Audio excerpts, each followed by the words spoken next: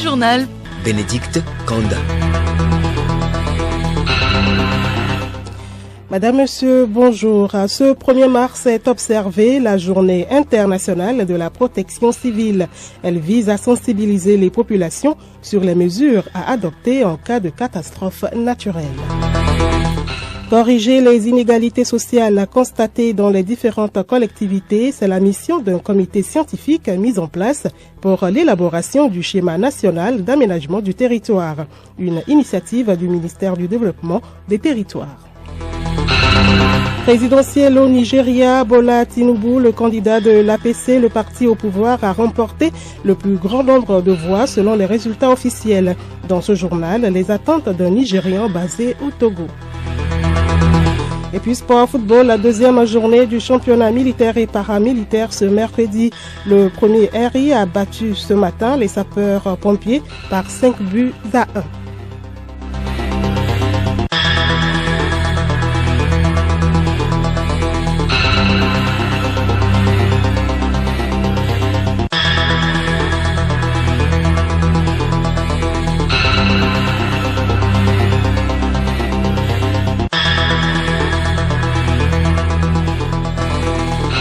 Radiolomé.tg. C'était là le sommaire. Bienvenue dans ce journal. La journée internationale de la protection civile est observée aujourd'hui 1er mars. Décrétée en 1990, cette journée vise à sensibiliser les populations sur les mesures à adopter en cas de catastrophe naturelle. Face aux multiples menaces, le ministre Yark Damhan, en charge de la protection civile, appelle à une plus grande attention sur les nouvelles technologies de l'information dans les diverses interventions en matière de réduction des risques de catastrophes. Les statistiques et les enquêtes menées ces dernières années montrent que le monde reste toujours en proie à des menaces, crises, catastrophes et autres situations d'urgence humanitaire de plus en plus récurrentes qui affectent chaque année des milliers de personnes. Nous sommes donc interpellés aujourd'hui sur la portée des technologies de l'information dans la réduction des risques de catastrophe. Célébration également ce 1er mars de la 8e édition de la Journée africaine de l'alimentation scolaire. Les acteurs réfléchissent sur les programmes d'alimentation scolaire durable et l'amélioration de l'apprentissage. Le Togo célèbre cette journée dans le canton de Gapé Centre à travers une visite des écoles à cantine de Gapé Etoué et de Gapé Diatiko dans la commune Zio 4. L'occasion est pour l'agence Anadeb d'échanger avec les partenaires et acteurs à la base sur l'état de mise en œuvre des orientations de la loi sur l'alimentation. Nous y reviendrons dans nos prochaines éditions. Bientôt le début des grandes pluies pour la nouvelle saison agricole. Comment se préparent les sols pour la culture de l'igname? Un producteur basé dans la préfecture de Blita détaille le processus.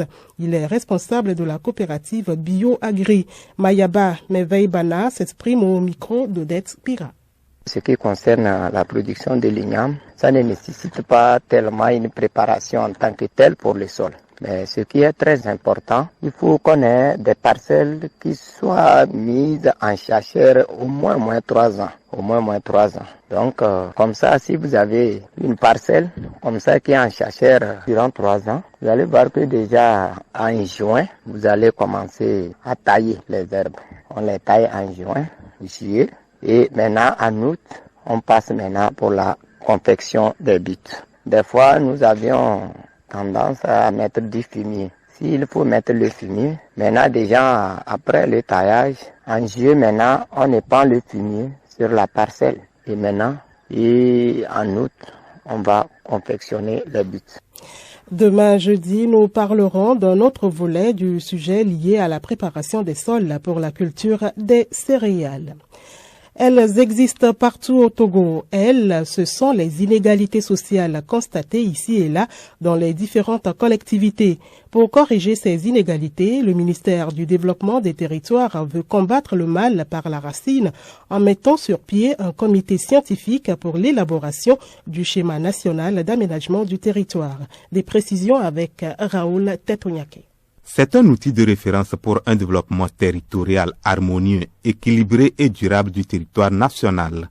Le schéma national d'aménagement du territoire permettra à tout citoyen, quel que soit son milieu de résidence, d'avoir accès aux services sociaux collectifs de base.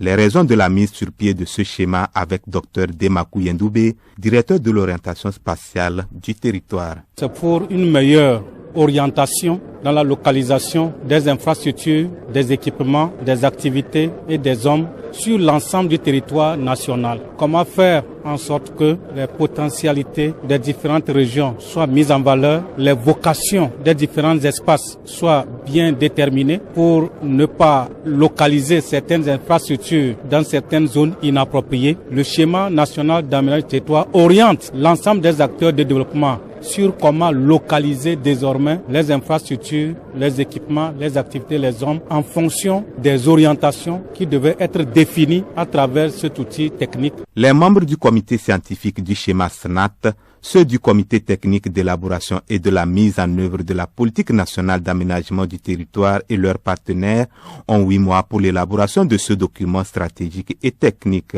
Les travaux ont été lancés par Madame le Premier ministre Victoire Tomiga Dogbe. Pour elle, ce schéma va réduire la vulnérabilité des populations. Grâce au SNAT, nous pourrons répondre à des problématiques concrètes, comme par exemple affiner les cartes scolaires, les cartes sanitaires aussi. Nous pouvons améliorer la couverture en matière d'infrastructures routières, les routes, les pistes rurales, favoriser le développement des activités productives en exploitant les potentialités de chaque région. On peut créer la richesse dans son village, dans sa localité. On n'a pas besoin d'aller vers les grands centres urbains. Et le SNAT va nous permettre d'identifier ces zones-là et de concentrer les investissements pour permettre de retenir les populations dans leur milieu, pour que ces populations puissent créer la richesse dans leur milieu. La suite de ce journal, la première à se lever, dernière à se coucher, la femme éducatrice mène différentes activités pour subvenir aux besoins de sa famille. La femme joue donc un rôle primordial au sein du foyer, surtout dans la vie des enfants. Comment contribue-t-elle à l'éducation des enfants? C'est un dossier que nous présente Elena Sabi. Dans le foyer, en plus des tâches ménagères, la grande responsabilité dans l'éducation des enfants incombe aux femmes. Elles sont considérées comme détentrices des valeurs morales, culturelles, traditionnelles et sociales et doivent donc s'atteler à réussir la transmission. Cela permet l'épanouissement de l'enfant au sein du foyer. D'abord, l'homme de la rue se prononce sur la contribution de la femme en matière d'éducation des enfants. La femme doit être présente en tout, suivre les enfants dans leurs devoirs, les enseigner comment prendre soin d'une maison, comment élaborer un plan pour leurs devoirs et comment faire pour avoir un avenir meilleur. Aujourd'hui, ce sont des mamans qui restent plus aussi avec des enfants dans la maison. Donc, les mamans doivent suivre l'éducation de l'enfant. Il ne doit pas laisser l'enfant dans la rue, sinon l'enfant sera influencé par la rue et par les médias. Elle a appelé aussi à voir, lorsque l'enfant est revenu de l'école, vérifier ses cahiers, si l'enfant a réellement copié le cours. Maintenant, si l'enfant a recopié le cours, pourquoi pas de lui poser la question, quel côté il a pu retenir et quel côté il n'a pas pu retenir. Un sondage réalisé en 2020 révèle que les Togolais sont restés accrochés aux traditions et aux pratiques coutumières. À ce titre, nombreux sont ceux qui pensent que l'éducation des enfants doit être confiée à la femme. Madame Michelle Noussoussi Agué, secrétaire générale du JF2D, groupe Femmes, Démocratie et Développement. La majorité des Togolais pensent qu'il est mieux qu'en termes d'éducation, que ce soit la femme qui joue le rôle principal. Et pour preuve, lorsque vous allez dans une maison où vous avez des enfants qui ont des comportements qui peuvent être loués, on magnifie le travail d'éducatrice de la femme. Mais lorsque les enfants sont peut-être des délinquants, entre guillemets, et ce sont des enfants qui ont des comportements indélicats, on fait référence à la mère. Éduquer une femme, c'est donc éduquer toute une nation. Mais alors, quelle est la part de l'homme dans l'éducation des enfants?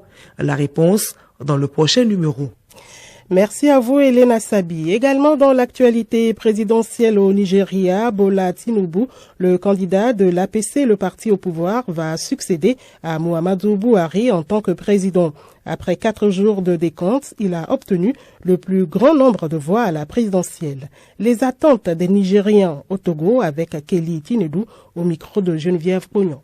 Nobody inside the country would always like their country to have problem, because when country is having a problem. Personne vivant à l'étranger n'aimerait qu'il y ait toujours des problèmes dans son pays d'origine, car les affaires ne marcheront pas et la population sera en souffrance. Tout citoyen a au moins besoin d'un bon dirigeant. Tout citoyen du Nigeria sait ce qu'a traversé le pays durant ces 8 dernières années sous le président Muhammadu Buhari. Ce n'est pas tout le monde dans le pays qui vous dira que tout va bien. Celui qui connaît la vérité peut témoigner que ça n'a pas été facile pour les Nigériens parce que les choses n'ont pas marché. Donc, nous voulons un bon leader, celui qui connaît les besoins de son peuple et peut bien nous conduire tout au long de son mandat. Nous voulons un nouveau Nigeria dont la gestion apaisera les cœurs. Au Gabon, le One Forest Summit, sommet de haut niveau sur la protection des forêts tropicales, se tient à Libreville. Plusieurs chefs d'État et de gouvernement participent à cette rencontre, notamment le président français Emmanuel Macron, le Congolais Denis Sassou Nguesso, le Gabonais Ali Bongo, évidemment, mais aussi l'Angolais Joao Lorenzo et le Centrafricain Faustin Archange Touadéra. Au menu, la protection des forêts du bassin du Congo en Afrique centrale, à cheval sur le Congo-Brazzaville, la RDC, le Cameroun, la Centrafrique, la Guinée équatoriale et le Gabon. Actualité sportive, football, la deuxième journée du championnat militaire et paramilitaire de football. Ce matin, plusieurs matchs ont été disputés. Le score le plus lourd est de 5 buts contre 1 au profit du premier RI devant les sapeurs-pompiers. Milek Agoukou. Dans un match dominé de bout en bout par le premier régiment d'infanterie, les sapeurs-pompiers n'ont pas pu éteindre le feu. Même leur incursion dans le camp adverse se sont heurtés au dernier rempart du premier RI. 5 buts à 1, avec 2 pénaltys transformés dans cette rencontre. C'est à la 31e minute que Lupesi Balimoyo ouvre le score pour le premier RI. À la 44e minute, Misele Kofi marque le second but sur pénalty. Laoupesi Balimoyo revient à la charge à la 47e minute pour un doublé. À la 67e minute, Oubore Tchagbini corse l'addition à 4-0. Tchalou Faré sur penalty à la 73e minute vient clôturer le travail. Le but réducteur des sapeurs-pompiers intervient en fin de partie par l'entremise de Ganda Atafaï. Écoutons la réaction des deux entraîneurs. Tout d'abord, Ekwe Kanyi de sapeurs-pompiers. Le championnat, c'est 3 matchs pour commencer. On ne peut pas commencer par s'affoler. Dès maintenant, on va voir comment on va les corriger et suivre les 2 matchs qui restent. Ensuite, sergent-chef Sebabi Abdoulatif de premier RI. Bon, c'est le football. On va travailler encore et on verra ce que la suite va donner. Autre score enregistré ce mercredi sur le terrain de l'état-major, la police nationale a damé les pions 3-0 aux agents de l'administration pénitentiaire. Sur le terrain de la JCA à Agoué, le premier bataillon d'intervention rapide, premier BIR, et le 4e régiment d'infanterie, 4e RI, ont fait match nul et vierge, 0 but partout. Suite de la compétition ce jeudi avec 4 rencontres.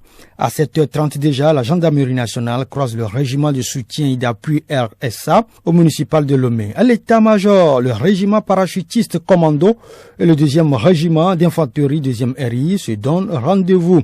Dans l'après-midi à 15h, la marine nationale affronte au municipal de Lomé le 3e RI. Puis, duel à l'état-major entre le régiment commando de la garde présidentielle, RCGP, et l'armée de l'air. Et pour clore cette édition, comme d'habitude, avec l'information insolite, il est très rare de voir toute une famille naître avec la même infirmité.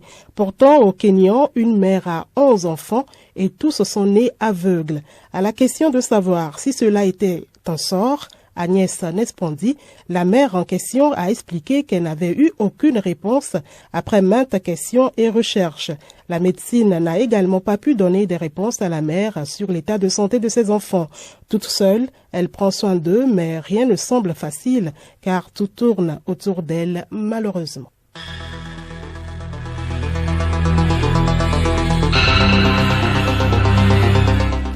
Madame, Monsieur, voilà, ainsi s'achève cette édition de la mi-journée. Merci de l'aimable écoute. Passez un très bel après-midi à l'écoute de la première.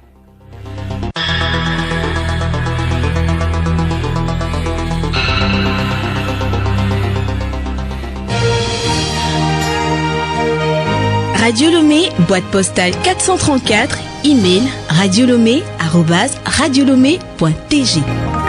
radiolomé.tg